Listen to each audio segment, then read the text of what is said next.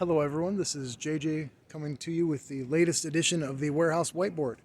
And you will notice at this moment that I'm neither in the warehouse and nor am I by the whiteboard, but there's an intentional reason for that.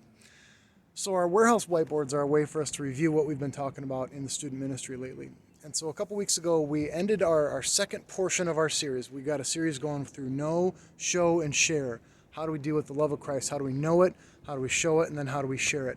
So the last time we got together was our second week on show.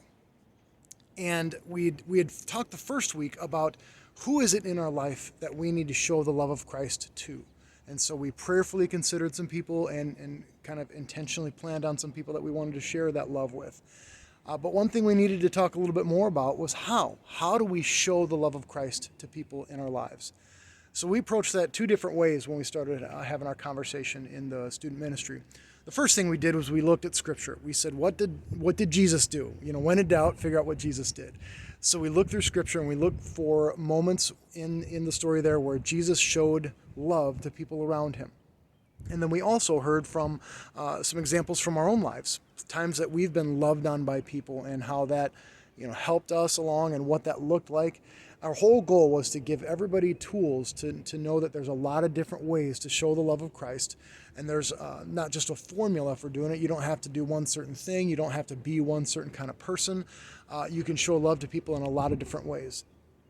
But one of the lasting things that we kind of came up with as we were looking through, especially the life of Christ and the ways that he showed love to people, brings us to this point here outside. Now, if you look behind me, you'll see the fairgrounds and all sorts of different things. So I'm up on the Palisade this morning, one of my favorite spots in town, and it's a great overlook of the city of Decorah. And the reason I'm up here is because all the times that Jesus was showing love to people, he was out among them. He was within the world. He was relating to people where they were at.